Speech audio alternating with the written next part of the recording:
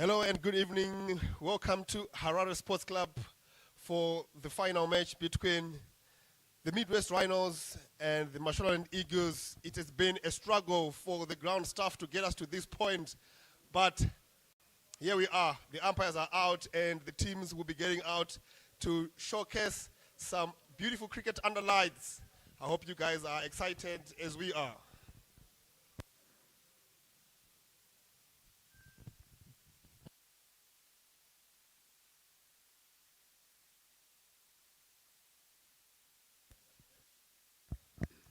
Earlier on, we had the toss and the Mashonaland Eagles elected to bowl.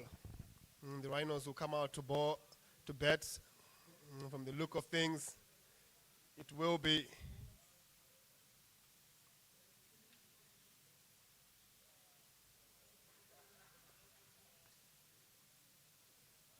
Ben Curran, and he's going to be out there with Antam Nagvi.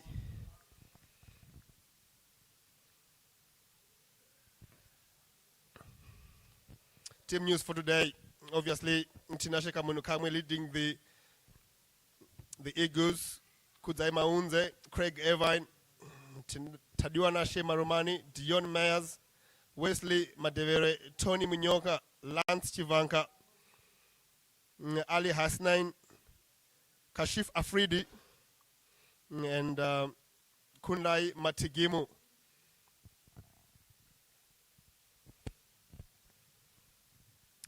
And here we've got the lineup for the Rhinos as it stands. The captain Antam Nagvi, Ben Curran, Ryan Bell, Takudwa Kaitano is one of the subs. Maz Khan, Zaman Kwaja, Brad Evans is on the bench also. Nyasha Mayabo comes into the team today. Trevor Gwandu, Tarisai Musakanda, Tashinga Musekiwa, Graham Creamer, and Brendan Taylor. Pretty strong sides, Bobby, at show here, but obviously the elephant in the room is this is the first game in the competition that is going to be played under lights. Anything that we should be looking out for? Definitely, I'm excited to be watching this one under lights. I'm actually a little bit surprised that you won the toss. You're bowling fast and using the spinner early on. I thought the ball might do something under lights, but they'll start with Wesley Madeira at the Eagles.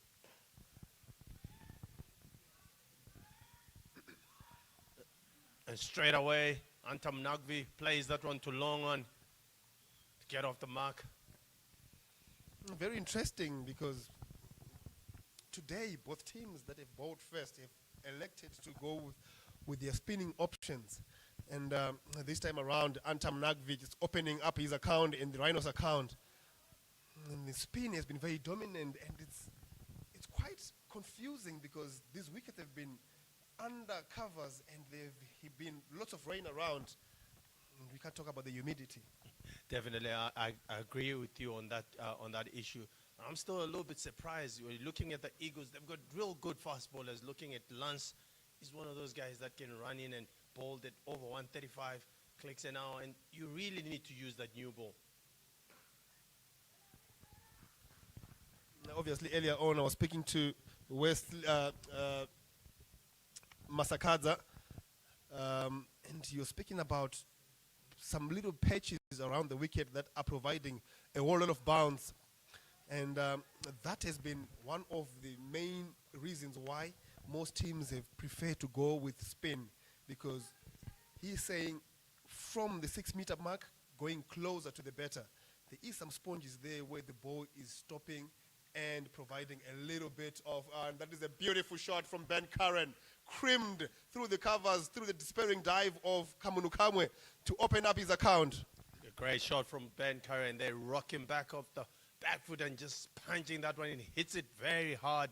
No chance for Kamunukamwe there to get it. Yeah, absolutely creamed. That one is Ben Curran. And looking back to what I was saying, I think those are some of the sports that are providing that little bit of encouragement for the bowling team to go with the spin, because some areas of that wicket are stopping. And you could see there, Ben Curran just watching that one closely. When it stops, providing enough time for him to rock back and pick up a gap. trying to go across. A bit of a shout. Umpire Percival Cesaro is not interested. A lot of excitement from the Eagles. The wicket keeper Tadiwa Nashe Marumani. Looks like Ben got that one, got some inside edge there. That's why the umpire was not moved by that shout. A much better line from Madevere, just cramping Ben Curran of all room there. Over the top, and there was a chance there. Wesley Madevere is a brilliant fielder, but he can't hang on to that one. It was beautifully struck by Antam Nagvi with a little bit of power, but nevertheless, there was a chance. 6 for no loss after 1.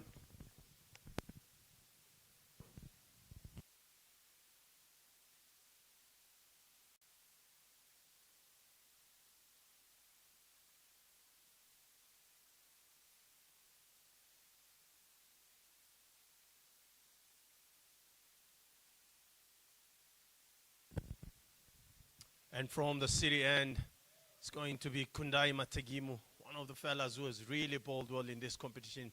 Played 2 matches. This is his 3rd match, and he's done very well for the Eagles. And it will be good to see how he goes about his work tonight, as he has swung the ball early on, and it will be good to see him trying to pitch it up. That's something that has got him some wickets. He hasn't been that too full, but he has been hitting and peppering that top of off stump. Yeah, refreshing to see a Simba all under lights.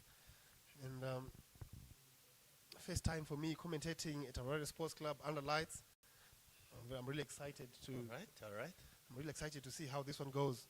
Mategimo pulled away, but brilliant fielding from Craig Irvine. That was nicely timed. Great fielding from Craig Irvine there, making it look so simple. That ball was hit very hard by Ben Curran. Always make sure that anything that is back of a length, always fancies his chance to pull that one away. But great fielding from Craig Irvine. In this weather, a player will be trying to run away from those heavily struck deliveries, but not Craig Irvine.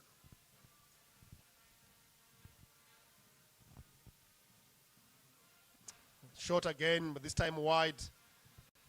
Ben Curran can't get his bat anywhere close to it. You can see that Kundai just trying by all means to just get it across the left hander, and that's something that he has been doing well even to right hand as he tries by all means to bring it back in. He's just got some good skills, Kundai Matigimu. That's why he's been getting wickets. He keeps things a little bit simple than most of the fast bowlers that I've seen in this competition.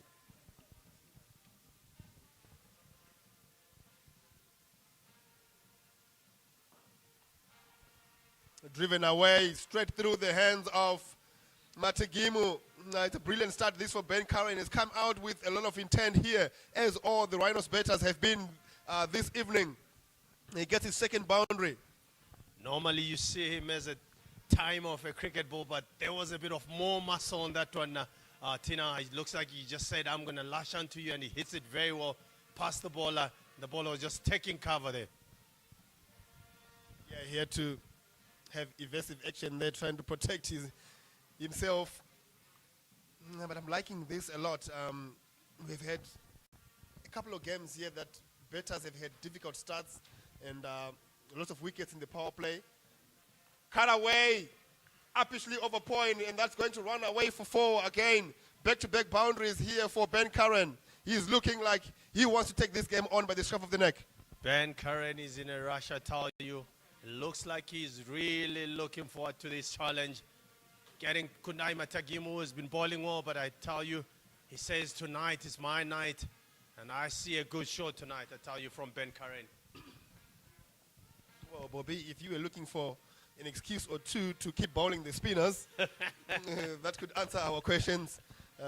It seems as if with that little bit of rain, the boy is just skidding onto the bat, and Ben Curran is having a good time here. 13 off 7 deliveries, 15 for no loss.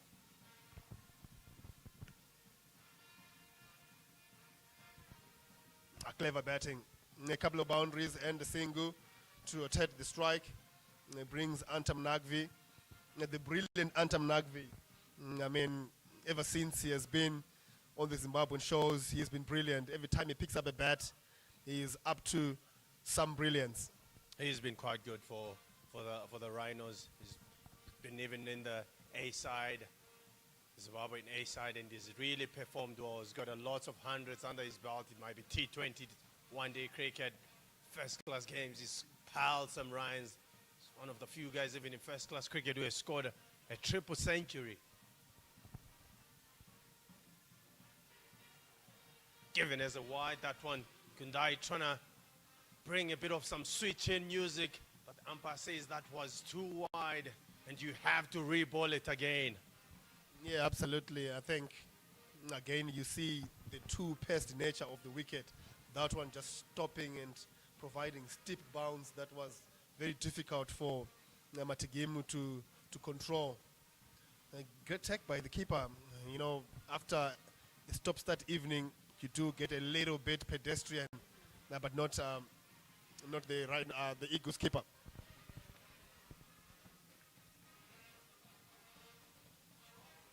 A very well bowled, a very good comeback. You see, there was just a bit of change in the field, pushing the long one back. I thought maybe he was coming for a Yorker with that Phil said, but he says, no, I'm going to go with line and length, and really good ball.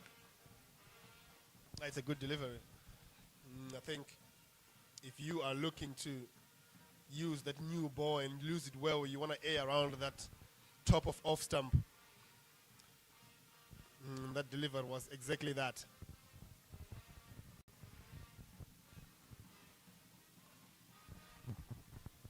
Brilliant batting. Brilliant batting. It's a good ball. And Antam Nagve realizes he can't get a boundary off this, but he can definitely steal a single. 18 for no loss after 2 overs.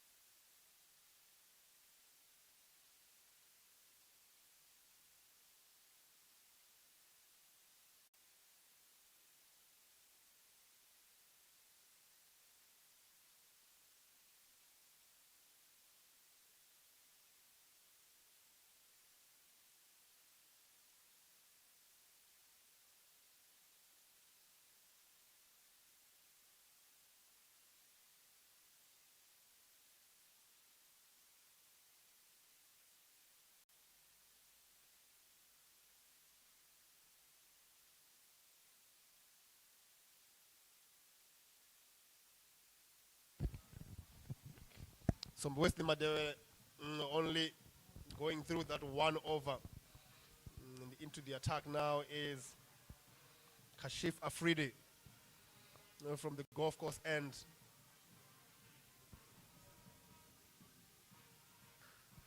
Cut away and through the hands of a despairing dive, goes for 4. That was heavily struck by Antam Nagvi. What a brilliant shot to welcome the new bowler, Bobby. He's quick, and believe me, he's come onto the bat quickly, but it has raced away to the boundary even quicker, I tell you. Yeah, I like this from the Rhinos, showing a lot of dominance, not tiptoeing around this power play. You know, we've seen many power play batters trying to survive, trying to just go through the motions. Not these two. They've come out, they've played their shots. And when you're looking at it, they are the team on top of the log at the moment. It looks like they just got that freedom. They're just enjoying their cricket, and that's good to see. Swing and a miss. Yeah, swing and a miss. Yeah, I tell you, that was going many a mile. Looking to go over the top, obviously trying to use the restrictions. And just to give you an update, because of the rain, our match has been reduced to 16 overs apiece. So I suppose the power play will be maybe just the 4 overs, which is why you can see the exaggeration of aggression here from the two batters out there, Ben Karen and Antam Nagvi. Proper aggression as we see Kashif coming again. He's really running in. He's got some good pace.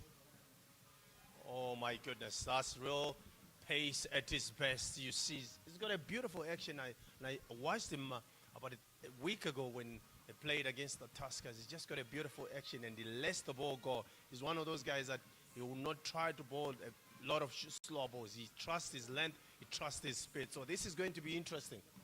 100%. You can see he's single-minded. He just runs in and wants to hit the deck. And it's something that is really refreshing for Zimbabwe, because sometimes most of our batters don't get that exposure to really face express pace. And when they go a level higher, when they play A-side cricket, when they play international cricket, more often than not, pace is a factor. So really good move this to bring in some speedsters. A good shot there, but looks like it was going down.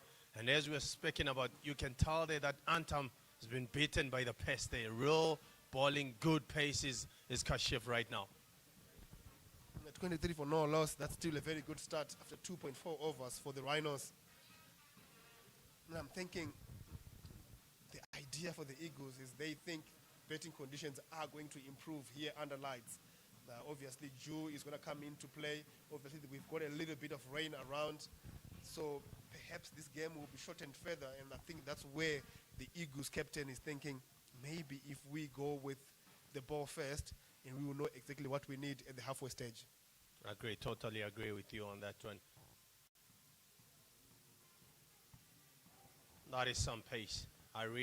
You hear me talk about pace and pace. I really love that. He knows that the wicket is still doing a little bit, not trying to do a lot of things, not trying to bowl those slow balls, saying, I trust my pace, just try and beat those batters by what I have. And I really like the aggression from the fast bowler here. Getting hit the first ball, but he has come back beautifully. Now he's gone for 4 runs in 5 balls, so that's good to see. It's very good to see. And, you know, for the Eagles, they do also have Chivanga, who bowl at express pace as well.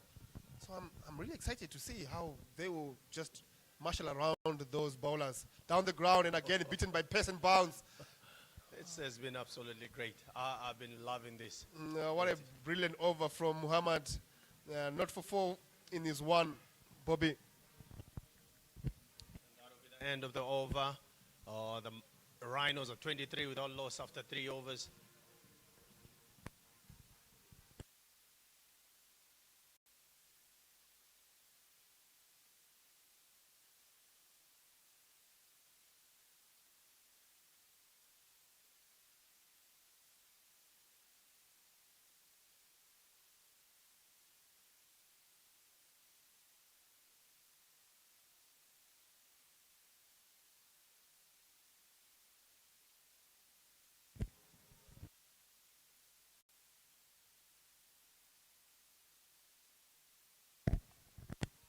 And the change of bowling from the city end is going to be Ali Hassn, who has bowled well also in this competition and has done well for the Eagles so far. And this will be interesting, seeing him bowling to Antam Nagvi, who's a good player of spin.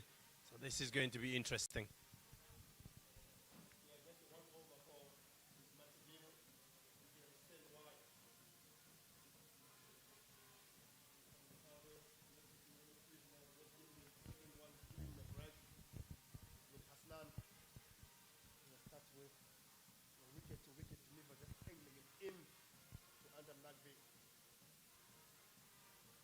And as you're saying it there, I think it's good captaincy. You don't want your bowler to get lined up. Just keep the batters thinking, keep them on their toes on what's coming next.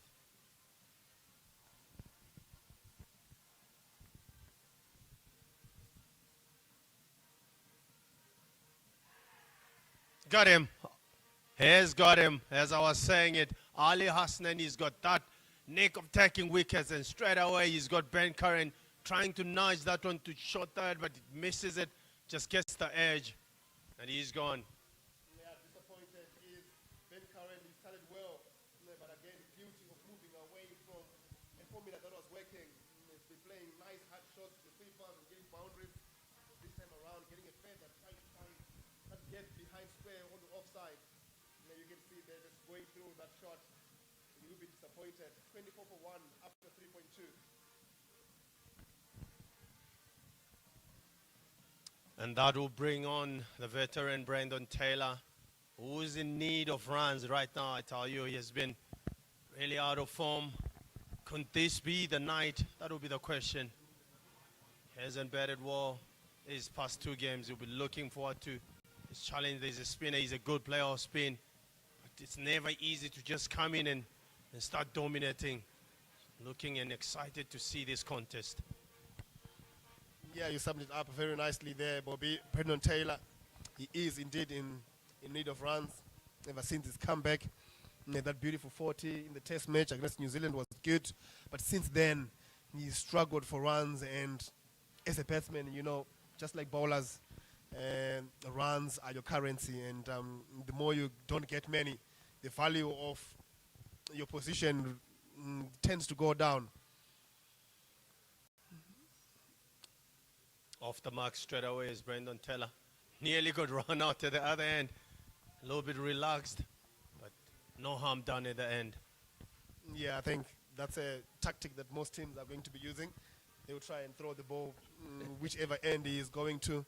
39 years of age in a little bit is Brendan Taylor. He's been around. He's been a very good servant for Zimbabwe cricket.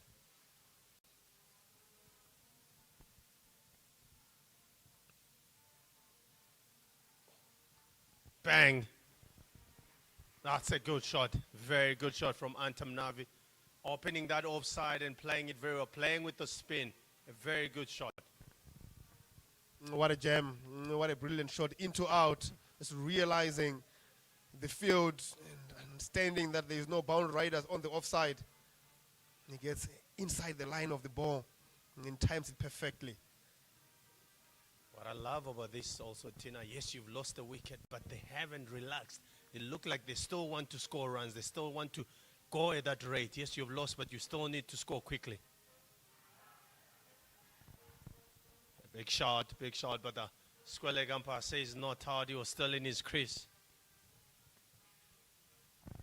Yeah, just to continue from what you're saying, Bobby, I think most importantly, that is where sometimes as a country, as a national team, we lose games, because in T20 cricket, most of our consolidation is without runs, is without rotation of strike, is without aggression, and is without the awareness of putting the bad ball away.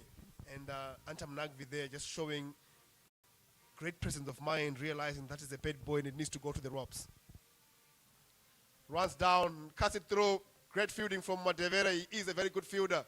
But unfortunately, the ferocious power of Antam Nagvi's intent gets it through to the boundary. 4 overs gone, 33 for 1.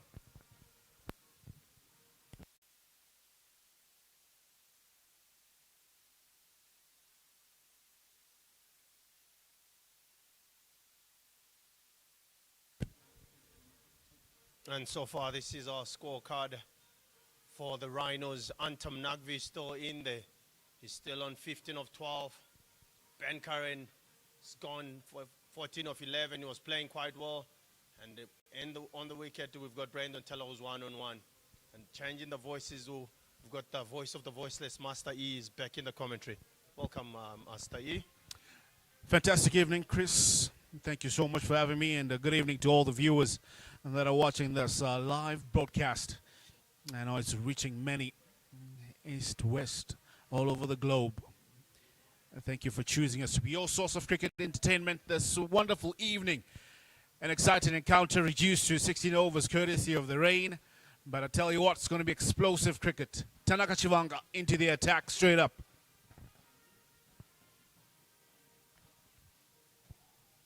Oh, what a start. Very good bumper from Tanaka Chivanga saying, BT, you won't just lunge onto the front foot and smack me. I tell you, I'm here and I'm coming for you. That's a very good start from the fast ball. I love that aggression. Yeah, a bit of aggression. There's been a lot of intensity from Rhinos so far, so it's good to see someone from Eagles coming also with the same kind of intensity and clearly showing his intentions earlier on up in terms of what he intends to do. Challenging Brendan Taylor's pulling abilities with a short delivery. But Rhinos, they've got out of the blocks quite early, 33 for 1.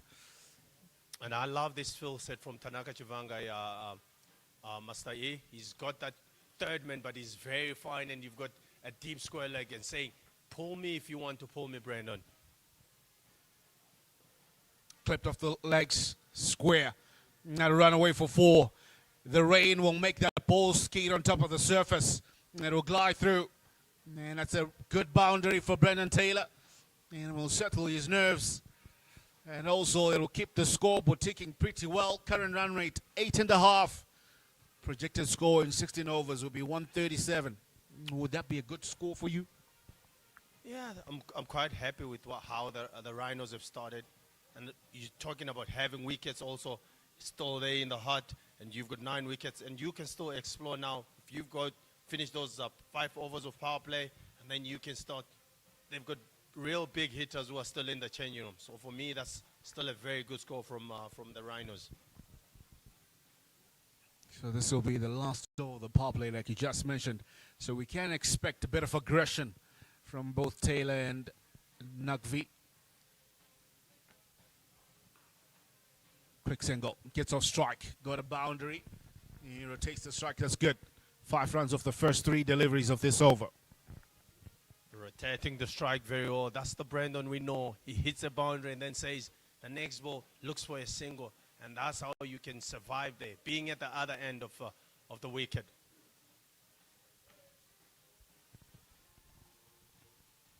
Yeah, talking of surviving, it just also gives the bowler another headache to be bowling to a different batter.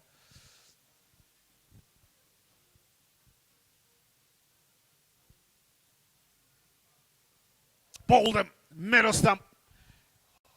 And however, the umpire will say no ball. You can see the jog by Nagvi. He saw the umpire's hand a little bit late. He quickly rushes to pick up that stump, but he had been beaten by 1. But unfortunately, Tanaka Chivanga just overstepping. Tanaka Chivanga, real good bowler. But I tell you, when you bowl those no balls, they cost you. It is a free hit coming up, and you've just missed out on taking out a very good batsman who is Antam Nagvi. And I got a feeling that's when you start paying for such scenes, Eli. It's just unfortunate. A little bit of over enthusiasm in stepping over that line. Here, free hit. Swings big, leg side. Finds Wesley Matevere. Takes a second grab at it. And they run 2.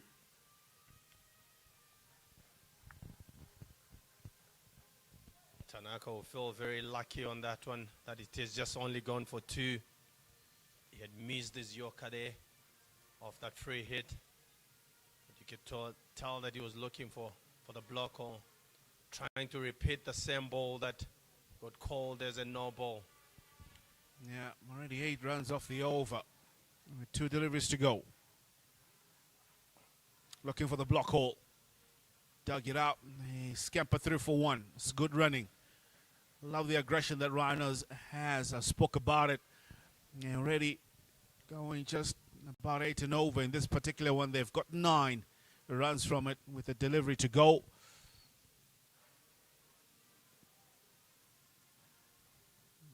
And that will mark the end of the power play.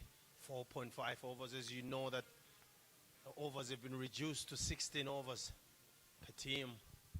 This will look like 5 fielders will be outside the circle right now.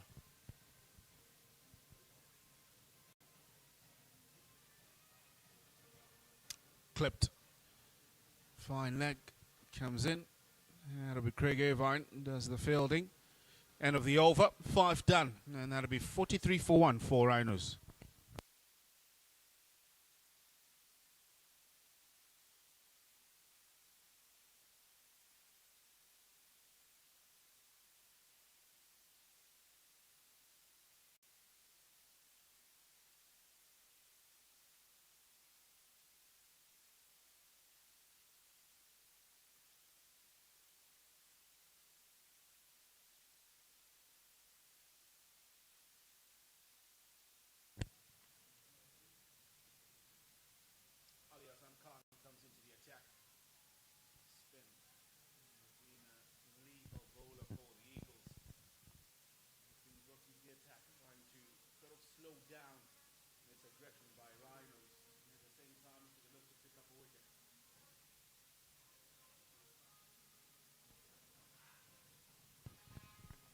Go ball first up. Finds the outside edge.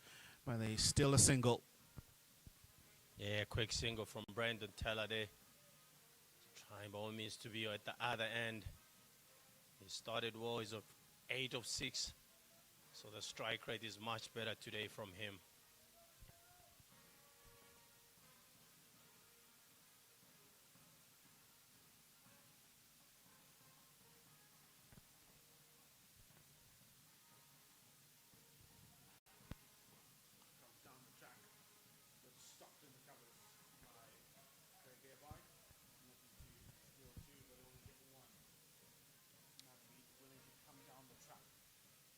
Craig Evans has been real good on the offside day. He's had about 3 stops, saved about 3 boundaries also. It's good to see from the young Craig Evans.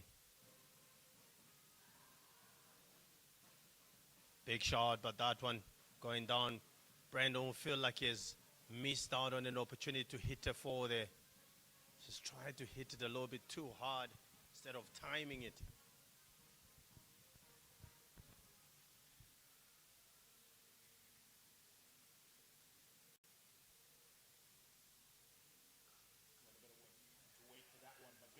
Again, confusion in the center.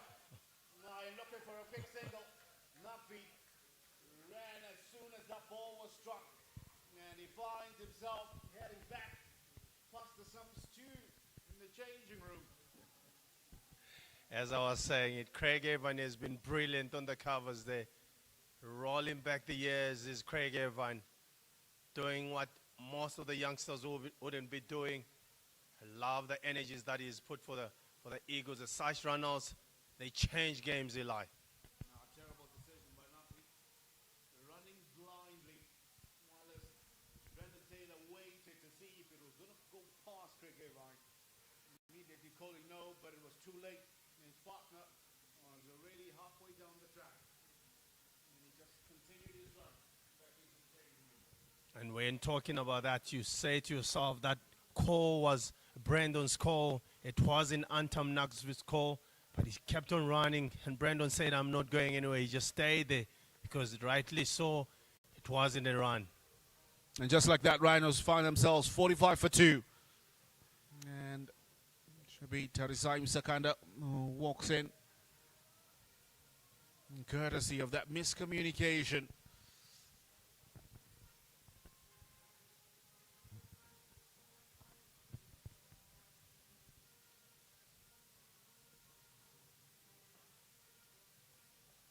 Top ball. This has been a good over for Eagles in that they really have negated the scoring of runs, but most importantly, they got a wicket of the informed batter that was looking dangerous.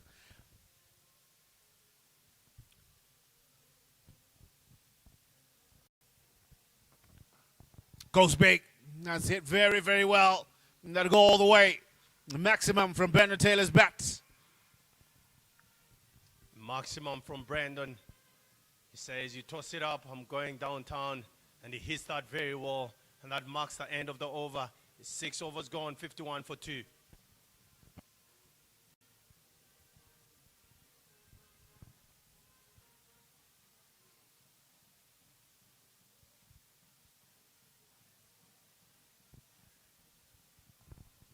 A 51 for 2, that's where Rhinos are. Both their openers back in the changing room. Nugvi gone for 19. Ben Curran went for 14.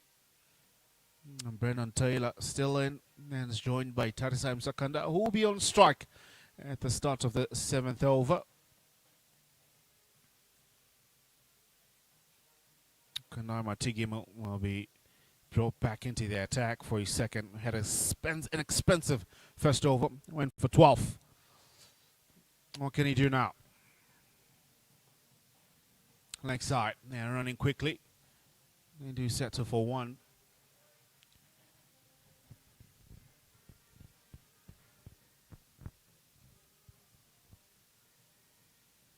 It's a really important passage of play now. One of these two now needs to become the aggressor. Brendan Taylor played a big shot at the end of the last over. Yeah, you still got a lot of wickets in the changing room. I'm sure both of them, they have to go hard. Deft touch to find third man. You're talking about 8 wickets in the changing room, Eli. Surely one of them, as you're saying, it has to go a bit harder. You've still got some firepower. You've got Tashinga down there. You've got Ryan Bell, who's been striking the ball very well lately. Yeah, he struck a quick 40 of 20 deliveries in their last encounter against Mountaineers and really got them to a very good total. Those are names still yet to come. But so far, good start by Matigimo. Went for 12 in his first. He's only considered 2 so far. It is quite a good start from him. He'll love to pull this back. Definitely, like I said early on, he's been that bowler for the Eagles who has done quite well for them, who's given them breakthroughs, but not today. So right now he's trying to try and sort out the figures. Dug in shorts. That'll be considered 2 short, and that'll be considered a wide. There was an adjustment from Matigimu. Terisai Msakanda gave himself away early coming down the track, hence that change in length by Matigimu. You just felt like he came down very early, and Matigimu had all the time in the world to bring that length back. Unfortunately, it was just too short, and the umpire had no choice but to call it a wide.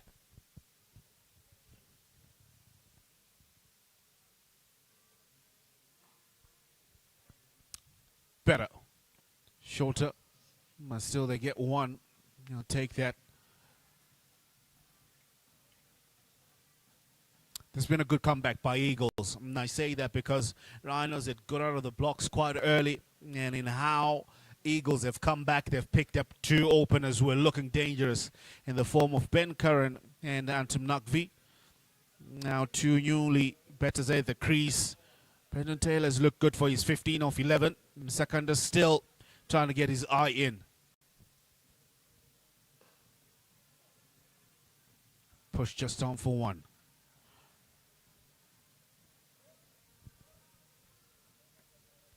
As you said it, very good comeback from Matigimu after getting hit for 14 in his first over. And this over has been quite brilliant. Can he finish it off in a good way? That will be the question. It's gone for 5. Last delivery to go. How does it end? Looking for the block hole. Thinking of 2. They'll just get 1. Finish with 6 runs conceded only in that particular over. It's a good comeback. End of the 7th, it'll be 57 for 2.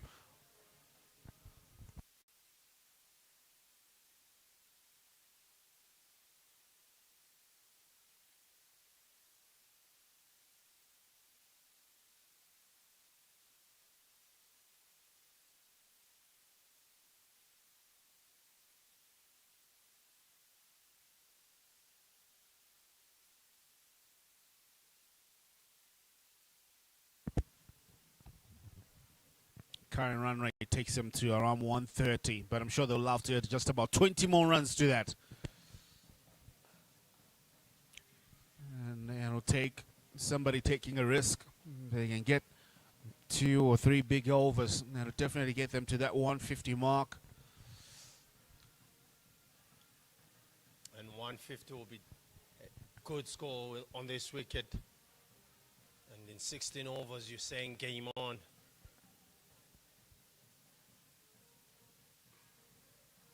Go ball. And this is good. Previous over went just for 6. And we know Ali Hassn is not one to really give you a lot of freebies. You really have to take a lot of risk. Quite a tricky customer. Looking for 2. Sakanda was ready for 2. Brendan Taylor, loud no. Sakanda was ready for 2. Brendan wasn't. Some good fielding from Mayo in the dip for the Eagles. And Ali hustling to continue, as you said it. He is a tricky customer. He's not one of those easy ones to get away. Just another single. Ali not happy with his fielding. Get a feeling that this is an opportunity for Rhinos to pick up another wicket because the scoring rate is coming down. They're going just above 8.5 now. We're just almost to 8 runs and over. I get a feeling someone's going to try a big shot to try and get that run rate up there to where it was. Cuts it. Finds Kamunukamwe. Top ball. As you were saying it, you can tell that Brandon is itching to play that big shot, and that's an opportunity for the Eagles to pick up a wicket.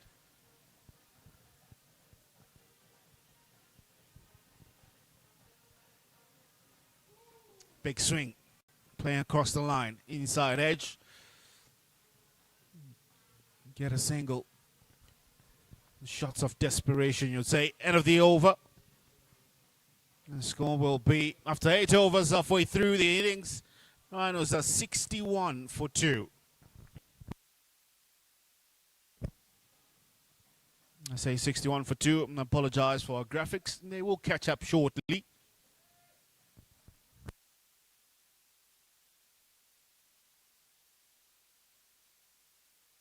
And at the same time, that'll be a drinks break. Players will find some fluids.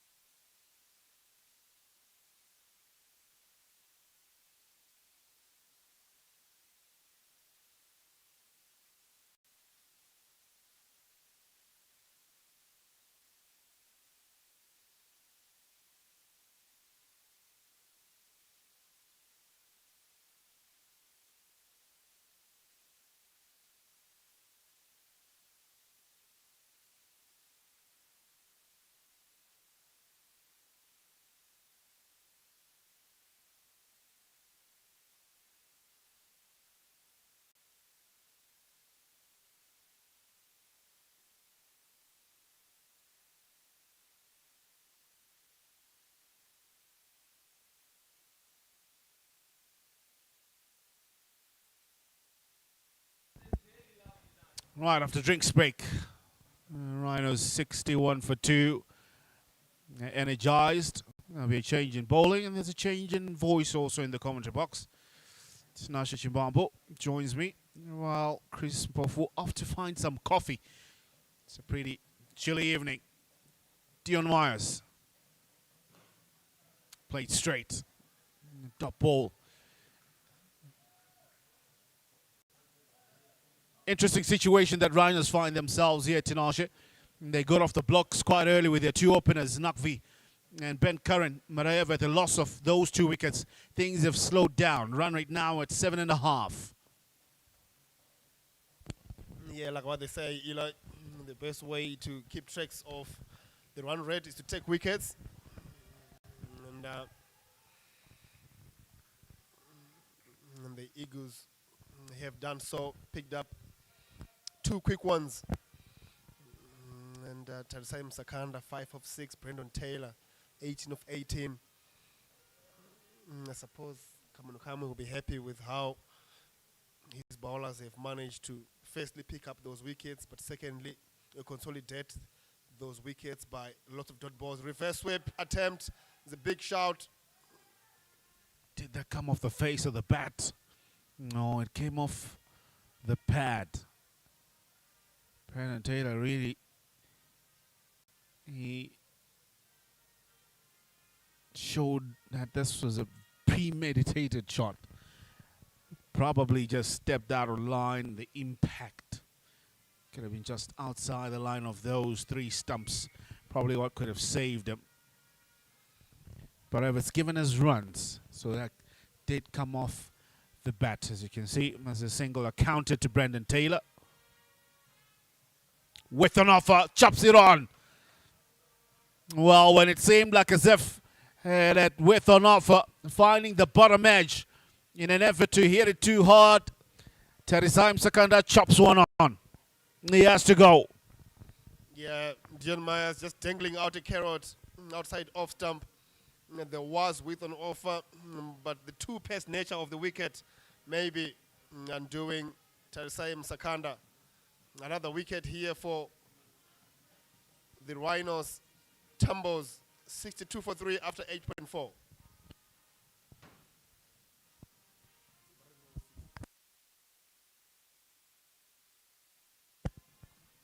Sakanda gone for 5 and 62 for 3. Sees the introduction of Ryan Burl.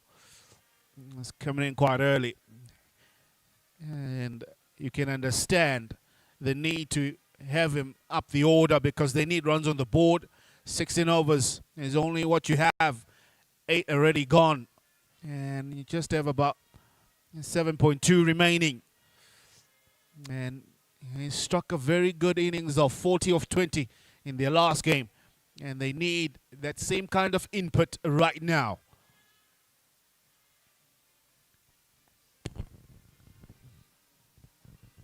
Yeah, just over the halfway mark. That little drinks break doing the damage for the Eagles. If there's one thing that batters hate is those little breaks. Eli, from experience, I'll tell you that when things are going well, you want them to keep going. And there's another one. Back-to-back wickets here for Dion Myers. He's turning this match on its head. Well, they say one wicket brings you another. He's picked up 2 and 2. He's now on a hat-trick ball. Dion Myers. This one coming in sharply. And also probably another inside edge from Ryan Bell onto his stumps. And he has to go for a golden duck. Well, things are really turning around the corner here for Eagles. And Rhinos, there would not be in such a happy position. Gone for naught is Ryan Burl. Rhinos 62 for 4.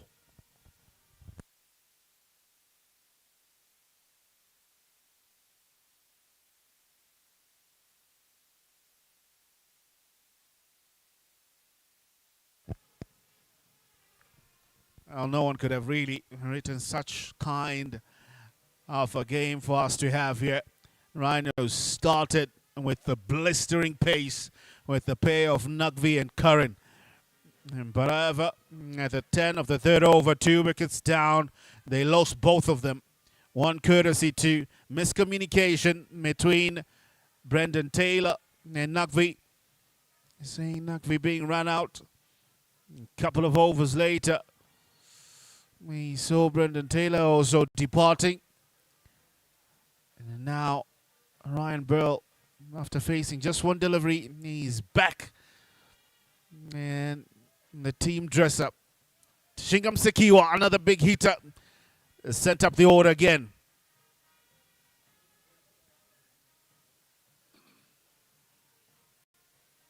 Will this strategy work? Myers, hat-trick ball. Digs it in short, navigated just for 1. I would have expected him to pitch it up again, like the other 2 that got him a wicket. By the end of the 9th over, 63 for 4.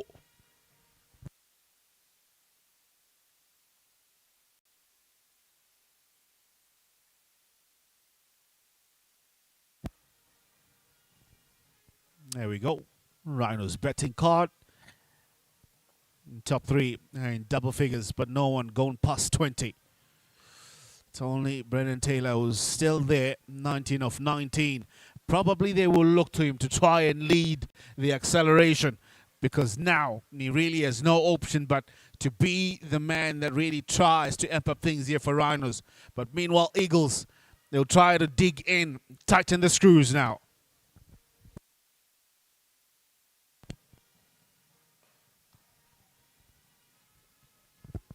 Yeah, bowling change as well from the Eagles. Muhammad Kiwaja, or is it Kashif Afridi? Back into the attack. Just the one over, a good over that he bowled earlier in the power play. And he's been offered a change of end with the hope that perhaps that end will assist him better. But what will assist him better is those 2 wickets that fell in the previous over. It's straight. Trying to go over mid-off, but only hitting straight to Craig Irvine, just for one. This has been the frustration for Brendan Taylor. He's tried to go for a few big hits in the last 2 overs, and he's not finding the boundary. He's only able to get singles. Wonder if that will really frustrate him a little bit more and might go for another expensive shot.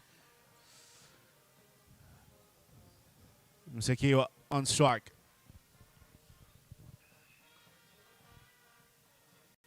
Playing it soft hands. Get a one. Yeah, well, all the things that the Rhinos have been able to do today, I think they've been able to take over the strike very well. Their batters have batted with real intensity in between the wickets. And at the moment, yes, they've lost a couple of wickets, but all is not lost. Remember, we're playing a shortened game, so it's only 6.3 overs to go here. And if these two they can manage to be out there at the end of that 16 over mark, they would fancy themselves to put something that could be competitive. And speaking of something that could be competitive, Eli, what's that total that could be a competitive one here for Rhinos to defend? Well, from having a look at things and how they started, they gave us an opening run rate of around 8, meaning that it was achievable. Currently, at just under 7, they take them to 113. So I believe that they would really love to be there around 140. You know, be what would be for me a comfortable total to try and defend. Around 140, get to 150 maybe. But at the moment, if they can get to 130 with the current run rate, they'll be good. Another single. Eagles won't mind the singles. They'll be happy with those. Absolutely. 5 singles so far in this over. But what's that doing to the 2 batters? Just piling up the pressure. Obviously, you know Msakiwa, he likes to see the ball flying. He is a finisher of some sorts when he gets going. Brendan Taylor struggling a little bit, 21 off 21. But one of them will need to find ways to get boundaries here. Last ball of the 10th. Chips it over. That's a good shot. But it'll just plug in courtesy of that rain. It won't go to the boundary. And they'll have to push to run 3 here. And they make it. Still no boundary.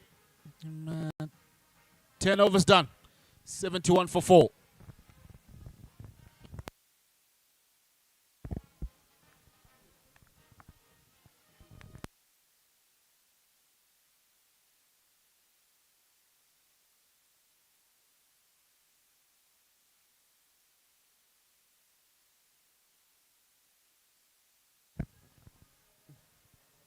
So to get to 130, they need 10 plus runs and over.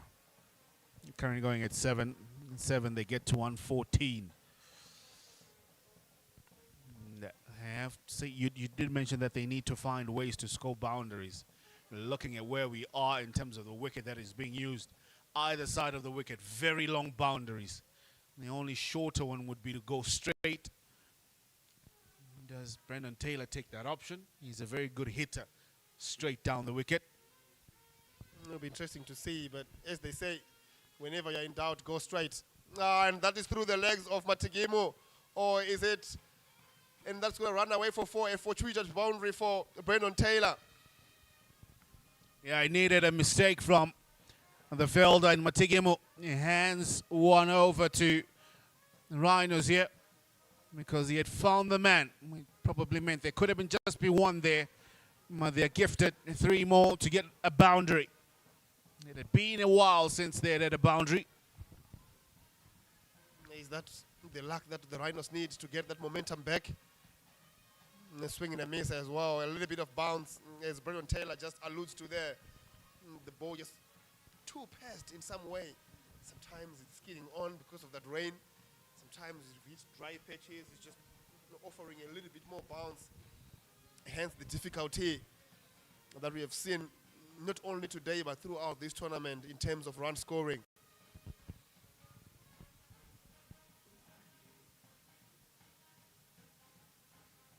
Put away, there's a chance for the keeper. He doesn't get there. It will only going to be just the one. Beaten for pass in this particular delivery is Brendan Taylor by John Myers.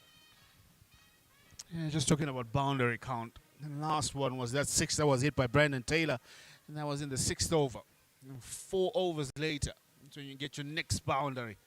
There's been sort of a drought of boundaries, but they need a couple of boundaries going forward if they can push to try and get to around 130. That's the margin that I think they need to be working with.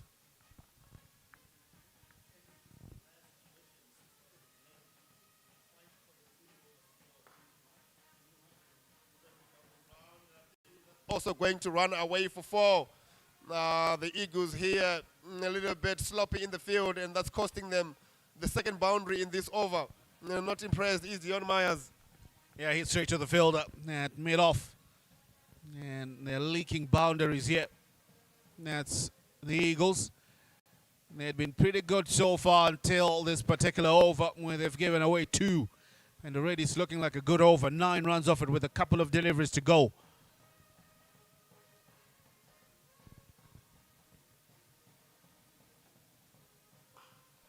Punched into the covers. But this time, stopped. And they think of 2. And they do come back. Direct hits. Umpire says the diving effort by Msekiwa keeps him in. Great effort there. Brendan Taylor made the call, trusted his wheels to get him over the line. And the throw was in the right direction because Msekiwa was not ready for that run. You can see him trying to catch his breath there. Yeah, very good awareness from Brendan Taylor. Realizes that the parry from the fielder was a little bit far away. He had some work to do.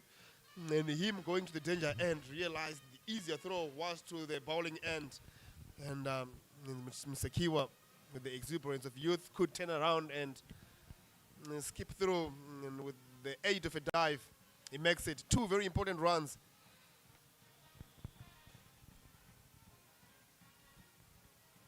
And 11 runs so far with the delivery to go.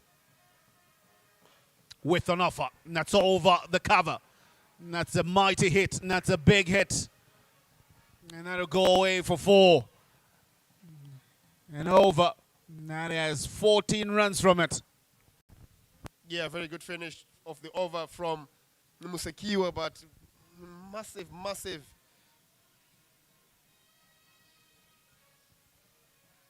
heaps of effort there from Brendan Taylor to bring back Msekiwa back to strike. And I think that's where the advantage came from. Just that urgency in the field and intensity in between the wickets, just benefiting the Rhinos. 86 for 4 after 11.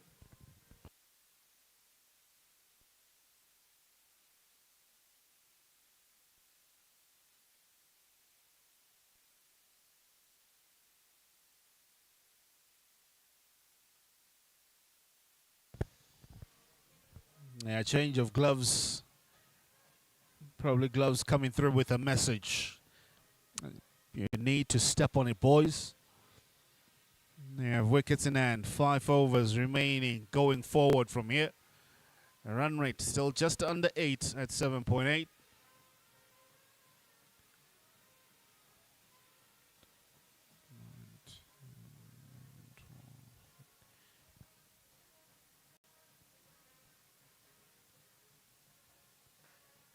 Through the covers, that's a good shot.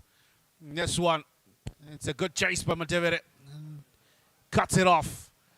And he'll just get two there. And Brendan Taylor is stretching. And don't know if in that effort to run, might have just strained himself a bit there. Yeah, it's a bit of a niggle maybe in that hamstring area. And ease as well. Muhammad is also getting attention for his hamstring. And this is exactly what you get from night games, a little bit of cold weather. And with the rain being around, you find that players wouldn't be as straight and nicely loose as they would want on a morning or afternoon game. And while you're talking about rain, don't know whether you're a prophet of doom. Light showers have just started around us here.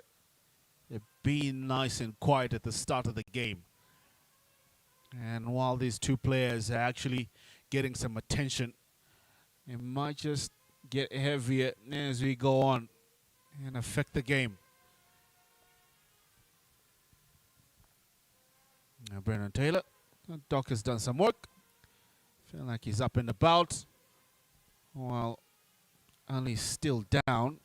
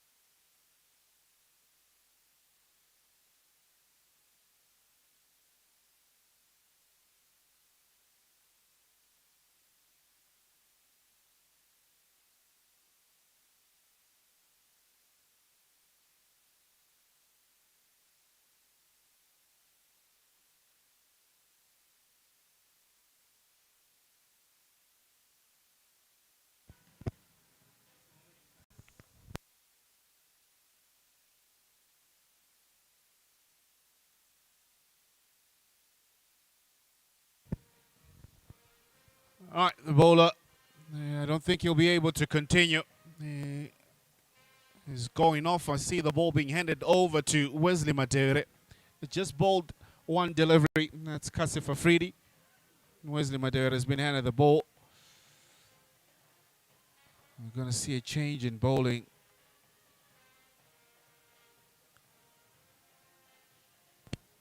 And also we see Brendan Taylor still stretching himself.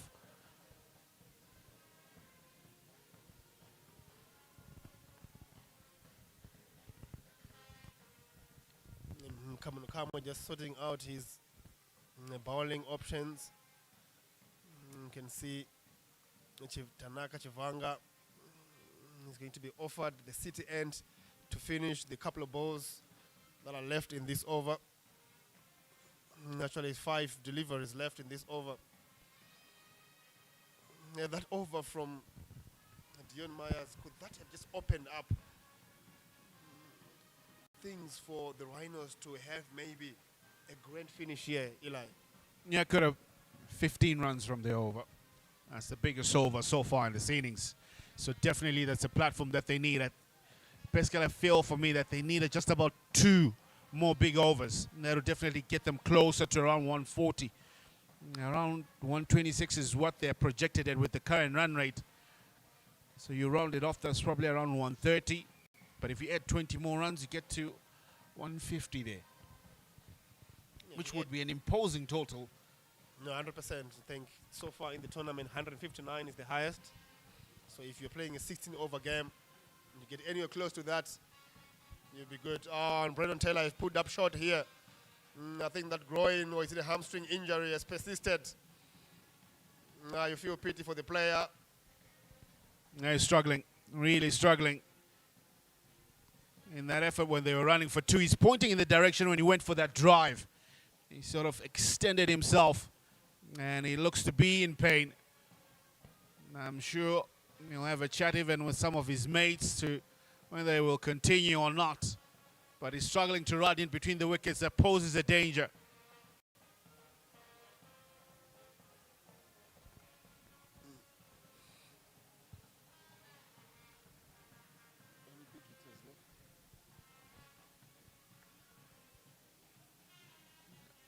If he wants to come off, is there any big hitters in your knowledge of Rhinos that are left to come over? No, my thought is Nyasha Mayawa would come in and try and just increase intensity. He's a busy player. He won't be the guy hitting the most boundaries, but he'll definitely get the scoreboard ticking. Again, and looking for one. Just fortunate that it's in a vacant gap. Can see Brendan Taylor still struggling. There'll be a concern by other players that play with him in this game. So has to find out how bad is it. I guess you're looking at the rest of the betting card that's left there. No real big hitters that are left. Probably that's why he's saying, I'm going to take the risk.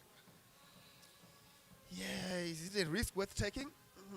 Nationally, thinking about the World Cup. Brilliantly bowled, and it's been patted away down to deep square leg. It will only be the one for more than one reason. Obviously, it's straight to the fielder, but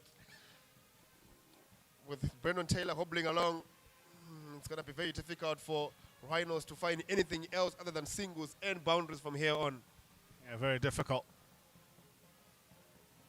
Well, I guess if you've asked him as an opponent, just asking a fellow cricketer, are you okay to continue? If he gives you the green light, you continue with the intensity. And I feel like Eagles here have an opportunity to take advantage of that. Banged away. That's over, long on by many a mile. That's a massive six from Tashingam Sekiwa here. He got one that had width on offer, and he latched on it. Yeah, brilliant shot. Yes, using all his power there and finding the distance. Chivanga providing the pace and providing the length for him to just get underneath it and gets the distance as well. Tashingam Sekiwa becomes very important, especially in this particular innings where he's probably the last of the big hitters in the Rhino squad. Quickly moves on to 21 from 9. That's a good strike rate that he has there. Aided by this good over. 11 runs off it with a delivery to go. In the block hole, he'll get a single. But most importantly, Tashingam Sekiwa will be on strike in the next over. 12 overs done, and it'll be 98 for 4. Brendan Taylor is struggling really. He's batted very well for his 33 of 28, 98 for 4, 12 overs gone. If you are in the, excuse me, there's a bit of a change in commentary. Eli Tawanda gives way for Christopher Mpofu. And Christopher, with your experience, Brendan Taylor is struggling at 33 of 28. Would you keep him on? Would you bring somebody else who can run in between the wickets and give a little bit of pressure to the opposition? For me, I would definitely pull him out because not only that for the team, but you're looking at this situation, how long can this injury go for? You've got the World Cup around the corner, and he's one of the senior guys that I'm sure you'll be part of the guys that could get selected. So go out and get checked by the doc and see, get some ice if it needs some ice, because you could see that he's really struggling. And good to see that he has finally taken that decision of going out. And for me, that's a very wise decision from him. Very wise decision indeed, Bobby. I think Brendan Taylor, we can all see he's a fighter. He's not keen to get away from, a position where he has built up an innings for himself. 33 of 28. If he's fit, he would have been in poor position to try and perhaps elongate his innings and maybe provide some impetus to this innings. Change of bowling, Matigimu from the golf course end. He is greeted by a push shot into the deep. The easy fielder. Tony Munyonga keeps it to 1. And as Brandon has walked off, in comes Nyasha Mayawa, who didn't play the past 2 games. It's good to see him back in the team. He's one of those players that knows how to use the pace when it comes to these fast bowlers. Doesn't hit big sixes, but one thing that he does very well, he runs well, and he knows how to find gaps. This is going to be a good challenger. Him facing Matigimu has got some good skills.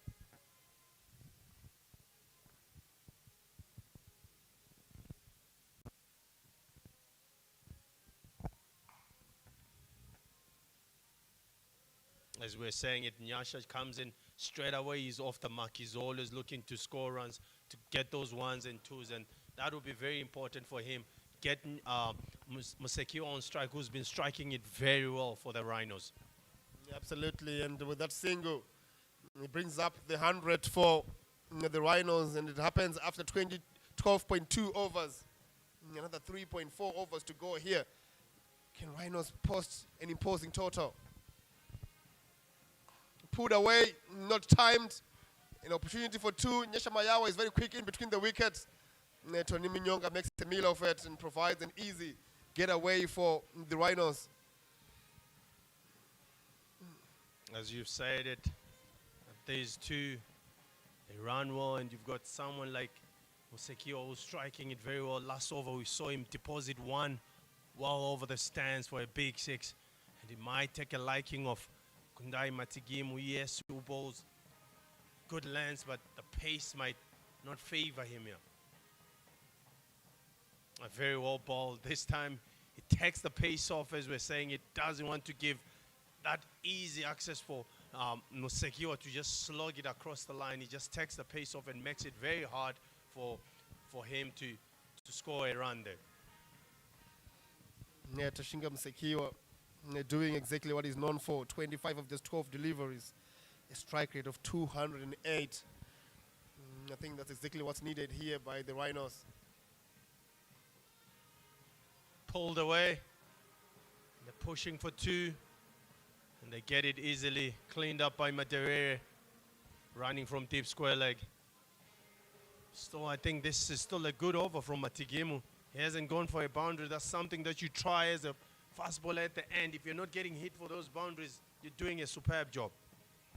100%, 100%, especially with the way that Musekio has been going. 27 of these 14 deliveries. If you stop him from taking a boundary, you have won that delivery. Pulled away and straight to the man in the dip, and it's taken. What a catch by the brilliant Wesley Madewele in the dip. Looks like he didn't judge it well, but he recovered very well to pick up a very low catch. Another wicket goes down for the Rhinos. A great catch from Maderere, as you're saying it. He didn't pick it early, but he decides that, okay, I have to go for it. Makes a diving catch, a very good catch from him. He's always been one of the best fielders for the Eagles, and that is a very good catch and very good bowling from Matigimu, and that marks the end of the over. That's 104 for 5 other Rhinos after 13 overs.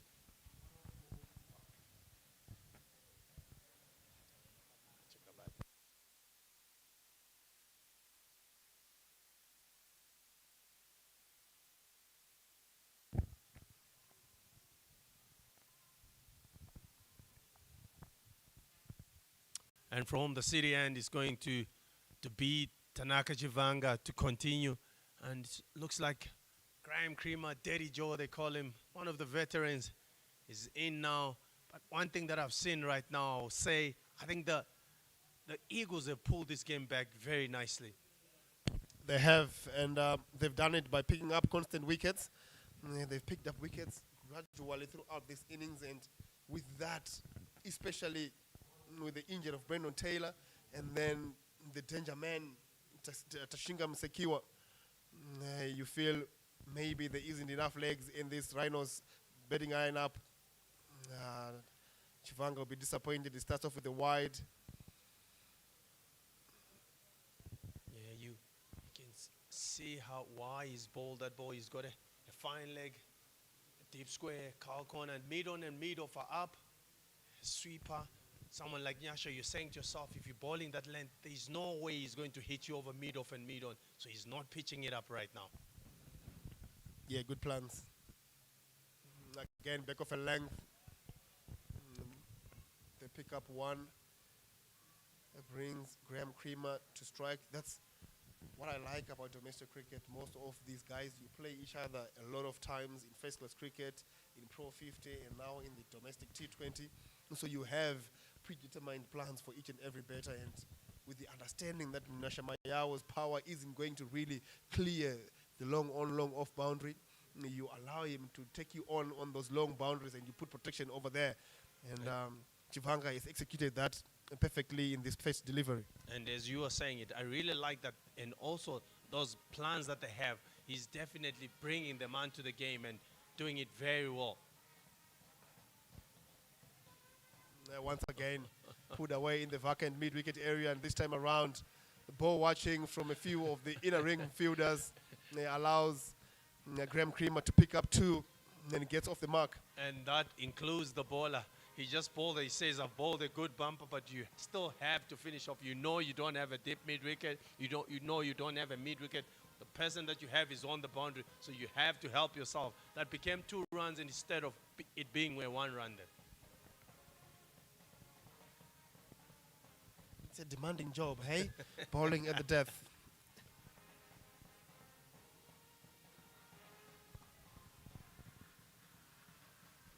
A beautiful follow-up ball there by Chivanga. Just tricking the batter into thinking there is another bouncer coming. Yeah, that is some good bowling. Batsman sitting on that back foot. And he just snicks that Yorker. The good part is that he bowled it straight. And so even if you miss it, it's still going to your field.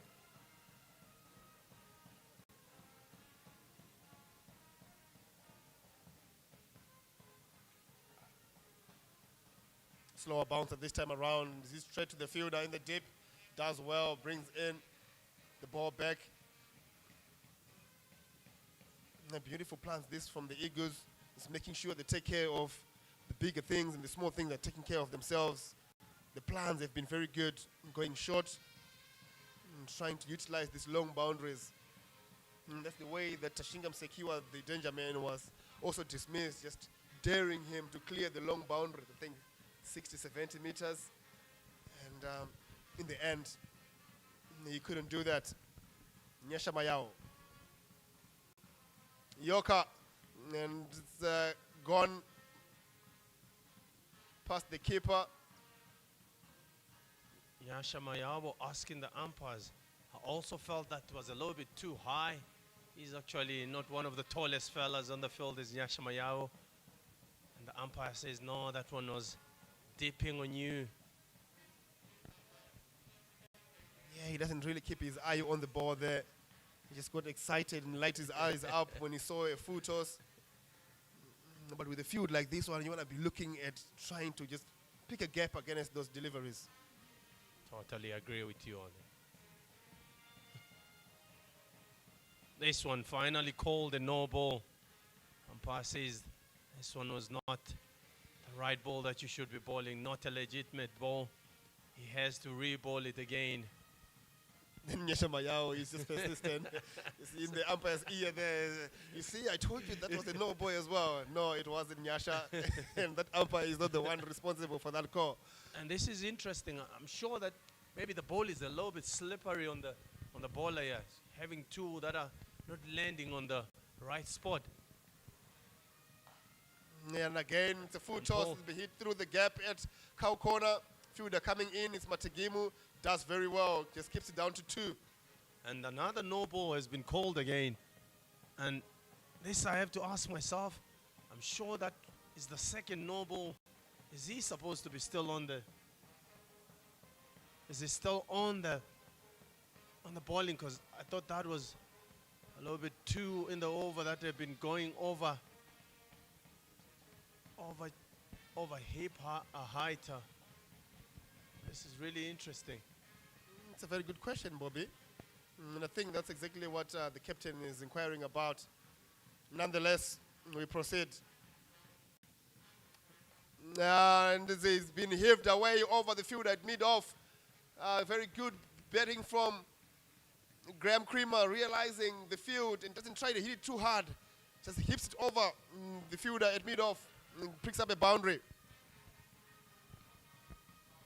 It's a good end to the over, that for the Rhinos. Picking up a few extras, and then that boundary. 118 for 5 after 14. 2 more overs to go.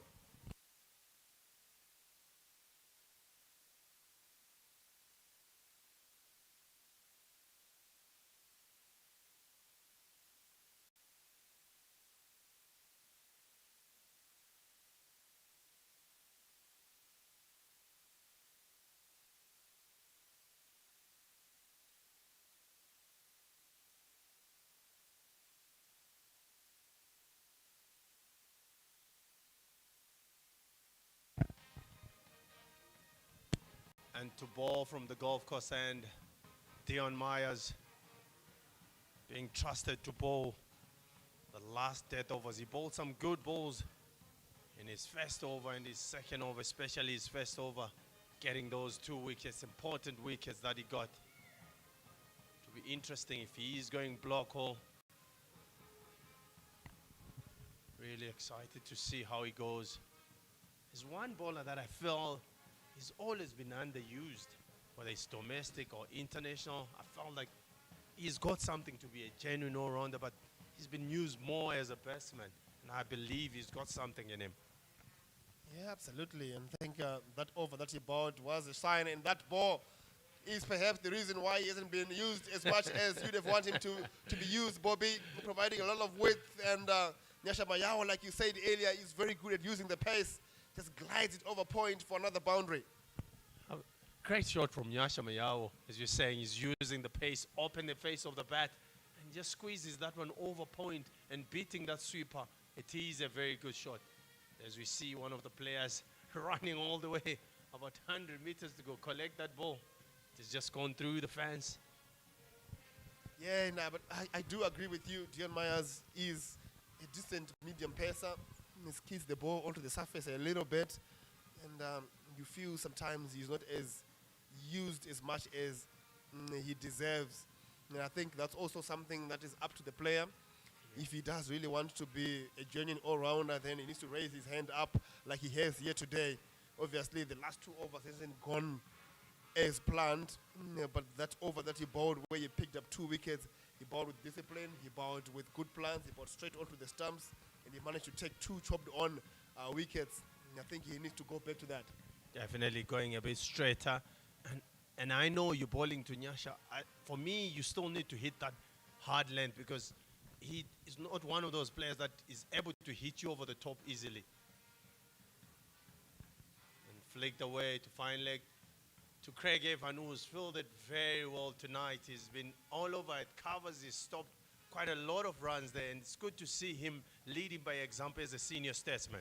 No, 100%. I think especially that over where Hassn ended up picking that wicket and then ended up picking the run out as well, was very pivotal in making sure that that run out happens.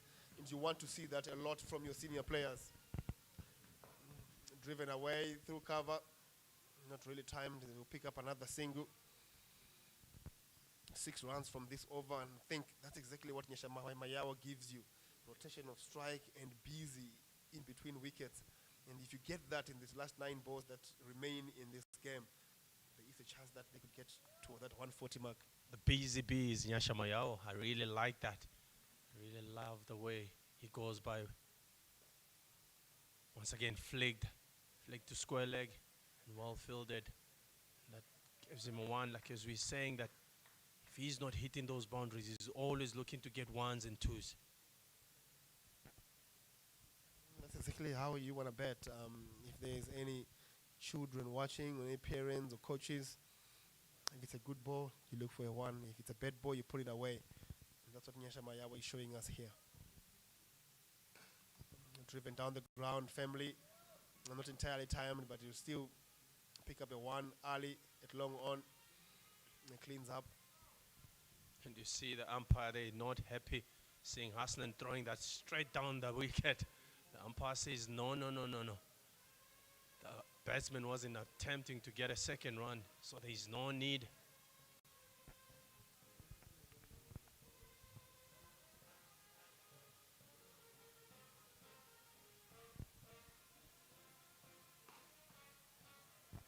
Pulled away by Nyasha. Just gets a 1. And that will be a good comeback from Dion Myers, and that marks the end of the over.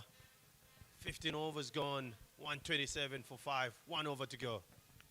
And as you say, the umpire, Percival Cesara, is taking an issue with ball tampering, deliberate ball tampering, actually, because he's been warned in the previous delivery where he threw the ball straight down onto the ground, and according to the rules, you're only supposed to bounce it once, is it?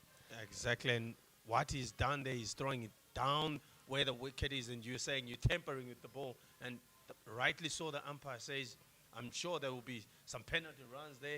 If I know my rules, all right. Should be. It should be. So now then, last over. 6 more balls to go. 127 for 5. Kundai Matigimu has been tasked to take the 4th over.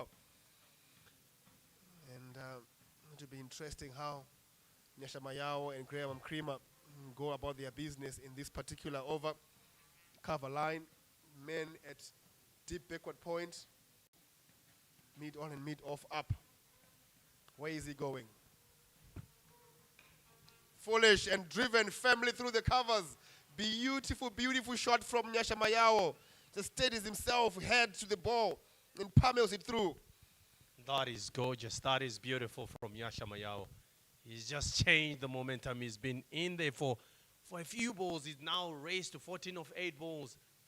You don't see that more often from Nyasha Mayao running down to the seamers and just pummels that one through the covers for a beautiful 4.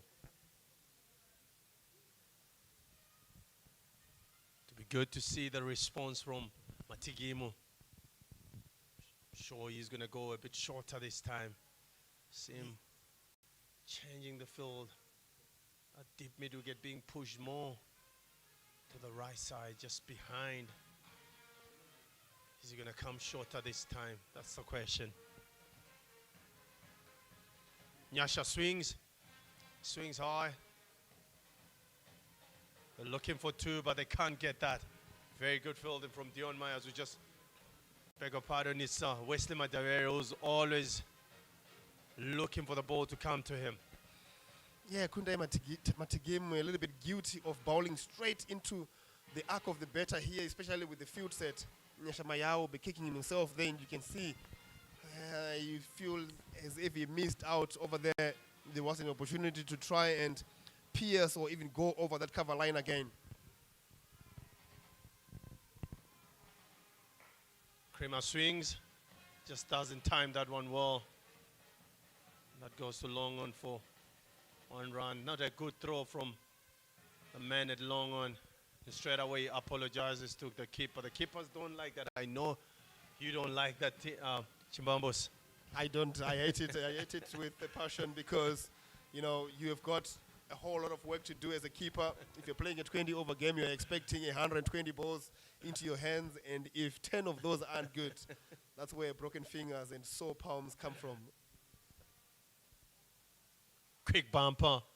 The very good one from Kundai Matigimu. And Nyasha looks at the square leg umpire, says, surely that has to be called a wide, but I believe that was quite a good bouncer from the fast bowler. A very good bumper, and I agree with you, and I also agree with Nyasha Mayao. Like you said earlier, he's not the tallest, and that seemed as if it went over his head, but the umpire is in a better position than all of us to call that. Says that's a legal delivery. 2 more balls to go. Beautiful. Beautiful Yorker from Matigimu. It looks like he's going to finish this spell with a little bit of a flurry. 2 dot balls in a row. Very good comeback from him. And that Yorker, after a brilliant bouncer, you coming down, comes up with a beautiful Yorker straight on the toes there. There's nothing you can do as a batsman. Can he finish it off? He swings and he misses. He throws and he misses again. Drama.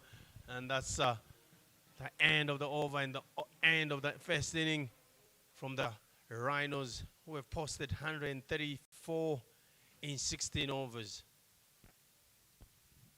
Decent, a very decent target that, and at the halfway stage, 134 for 5, and the Eagles will come around and need 135. And earlier on, we were speaking with Eli and talking about what could be a defendable total, and I think Rhinos will feel very confident that they will be able to defend this one, Bobby. Yeah, definitely. As you're looking at the scorecard right now, they started quite well, Antam and Ben Curran, and Ben Curran going for 14, Antam Nagvi 19, Brendan Taylor who batted quite all right, or should I say well, providing what he's done so far the past 2 games. He made 33 of 28 before he got retired hurt. Tarisai Musakanda made 5 of 7. Ryan Bell really didn't get going, just faced one ball, got a beautiful one from Myers, went for 0. Shingam Segio, I thought he actually brought the game back nicely, 27 of 15. Nyashama Yawo also 15 of 12, which I feel like he's done his team a good job. Graham Creamer coming on also having 12 of 9 balls. So this for me is quite a good score. We've got game on here. Game on indeed, Bobby, and we are going to take a break. But before we do that, Wesley Madaiwa Devere started us off just 6 runs from his 1 over. He would feel maybe he deserved another one. Kundai Mategemu 4 overs, 8 dot balls, 30 runs in that spell, just an economy of 7.5.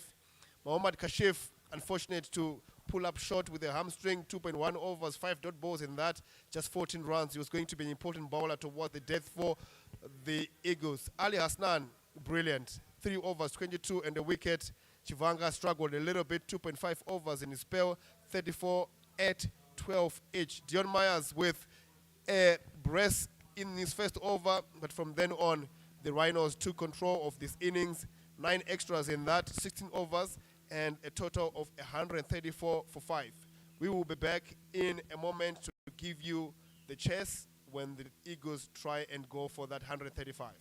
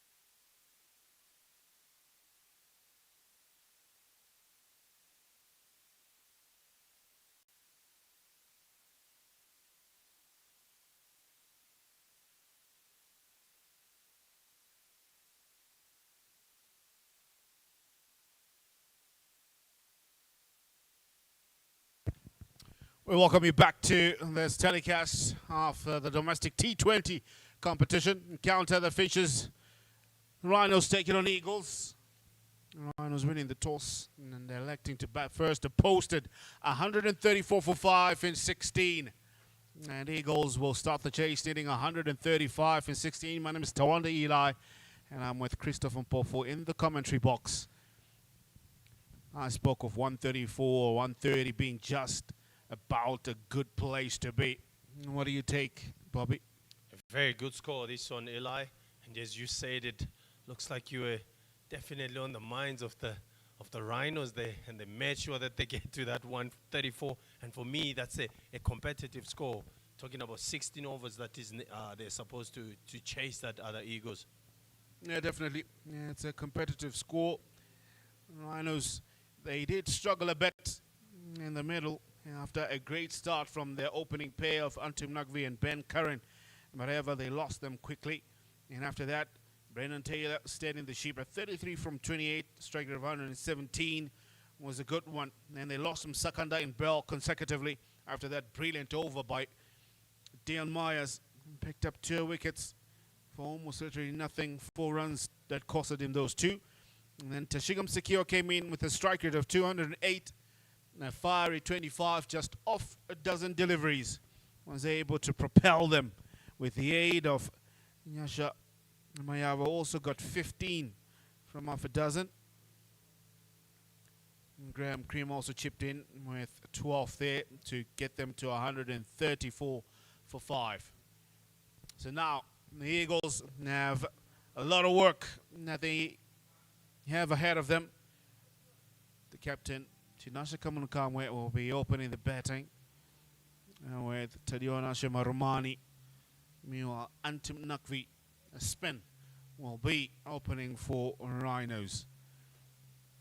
I know that you speak about it being a good total to defend. Yes, it's a good total, but you look at the firepower that Eagles possess right from the start going down, and they do have capable people that should make this a very competitive encounter because they possess the weapons to chase that 135 down.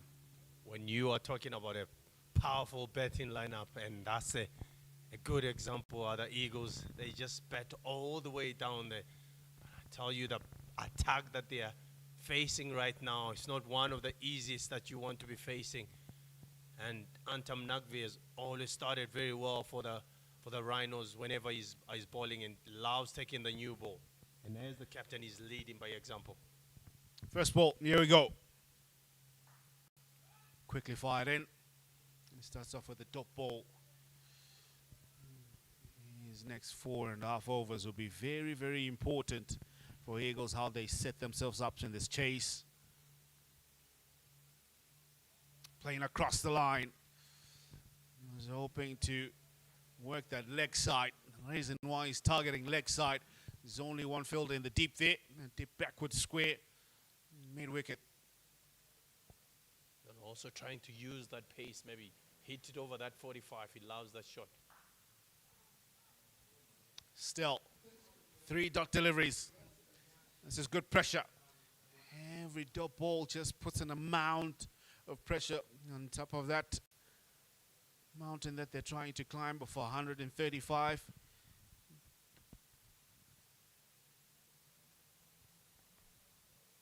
Excellent back of a length from Antam Nagvi. Goes up and over. That's a good shot. Will it go all the way to the boundary? You betcha. It has enough legs to get over it. Despite the plug that it had enough carry to go for 4. Quite a good shot from Kamunu Kamwe. This time, Antam Nagvi going a little bit too full, and the batsman doesn't miss out on that one. He just plays it nice and well. Yeah, the Eagles, they take flight. The innings has gotten underway with a boundary. Goes again. This time, thickish outside edge. Square of the wicket. That's 4. 2 back-to-back boundaries. Just the kind of start that they wanted. Just pitching it too full again. And he gets the treatment. I love how you say it. The Eagles have taken the flight. It looks like they're flying high right now. The past 2 balls, they've gone for 2 boundaries. Excellent work from the skipper, Kamunukamwe. Just eases their nerves that they have got the innings to the just the right start. Straight, drill down, make that 3. 12 runs of the last 3 deliveries. The first 3 were top balls, and the next 3 they were boundaries. 12 off the first over.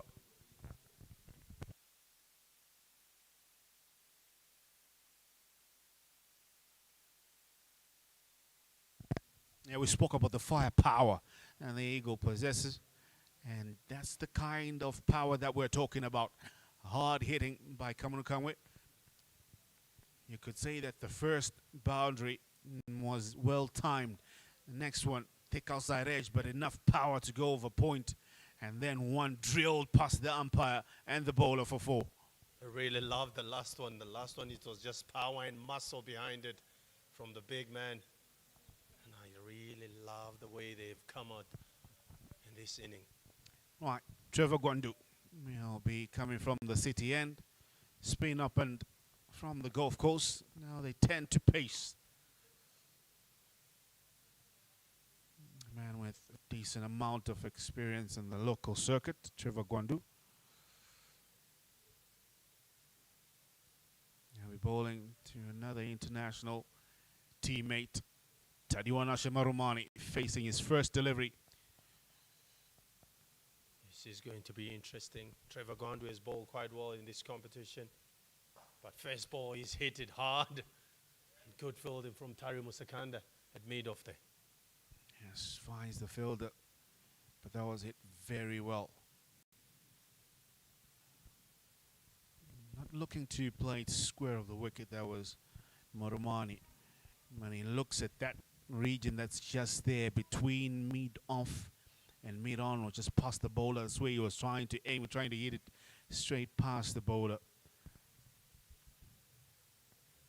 As we're hearing a bit of rumbling, as Eli said, looks like the heavens are about to open up, and that won't be a good sign for the Eagles. They've started very well, and they'll be pushing by all means to make sure that 5 overs are done. And also on the other side, if the Rhinos are seeing that they're in a little bit of trouble, they will definitely take their time and make sure that those 5 overs don't come and pass by quickly. Yeah. But what will be important for those 5 overs that the Eagles would want them when they have a very decent amount of a run rate. Currently they're scoring at 9.7. So that would want to be slightly more than that so that it works in their favor. If the Duckworth Lewis method is ever to come into play.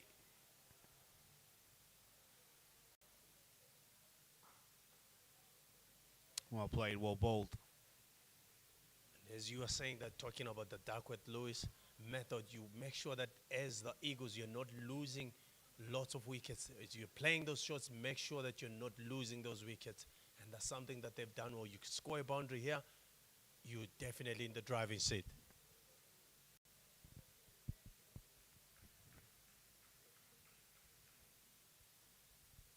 Neck and neck run rate and required run rate.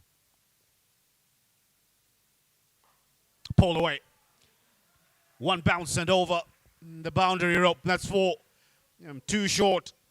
And Kamunukamwe, he loves that shot. He saw it early, picking up the length. And he played it well, rolling his wrists over that one. He will not miss out on those ones. Anything back of a length, he trusts his hand, he trusts his power, and he pulls it very well. Yeah, that was a big hit. It had been a good over. Similarly to like what the first over was, the first 3 deliveries right on the mark. And the last 3 went for plenty. How will it fare with these ones? Quick single taken. Good cricket. Good strike rotation. This is good, very good from the Eagles. Hitting a boundary and then decide the next one, we're going to take a 1. That's very good cricket from these 2. Good understanding.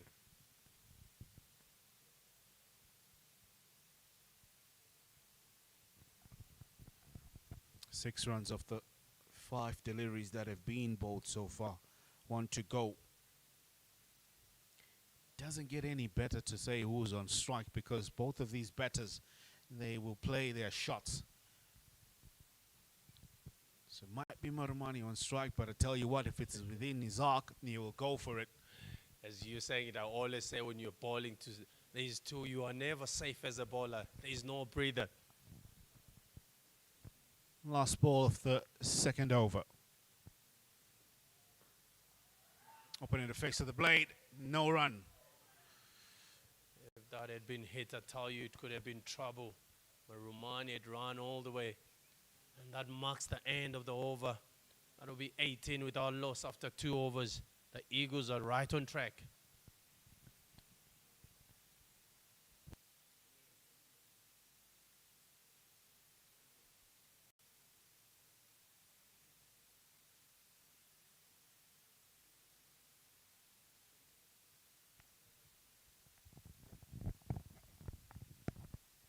$18 for no loss after 2. That's how things are now. And at the same time, 117 runs required. I don't know if you can see it on your screen right on the scoreboard there. Those are not showers from any bad signal you're receiving. That is rain. That's a light drizzle that's coming just over us, getting heavier by the second. I'm sure you're telling the viewers not to adjust their sets there, Eli. Remember those days?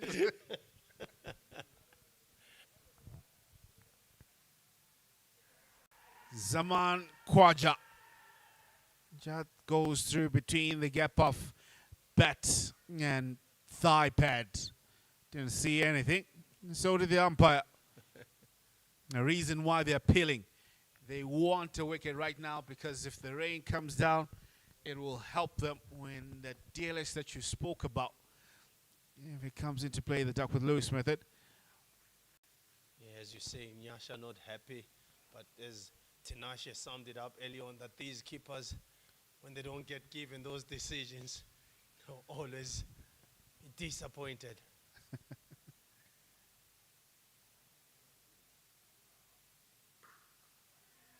Quick single taken.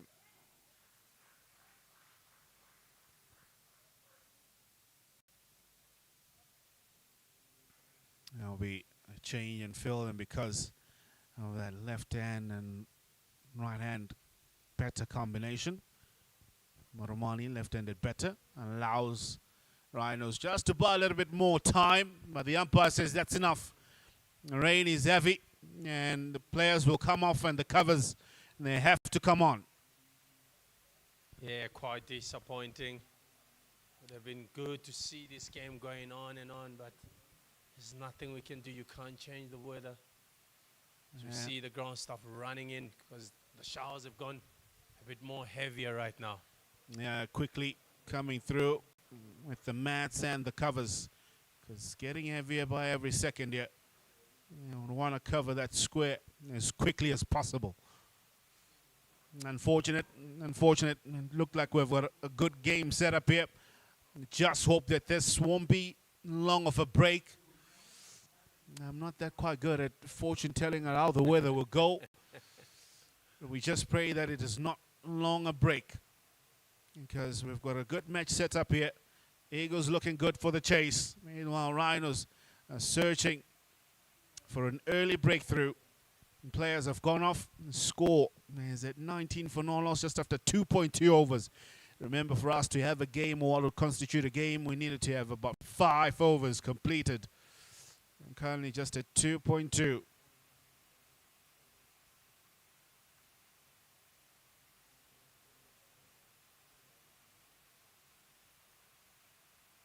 Our earlier game was abandoned during the afternoon because of rain.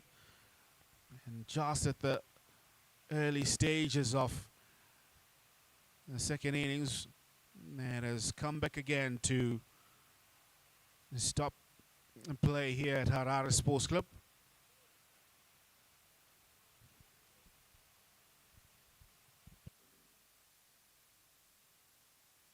Well, I can tell you what, I'm hoping these are signs, good signs. It's dying down a bit. Not too much, but just a bit. Yeah, it looks like it might be getting better, Eli, and this will be good signs. But every time we say it's getting better, looks like we're actually bringing it back. telling us to keep quiet a bit. Maybe if we stop talking, the rain Say as don't well will celebrate stop. too early.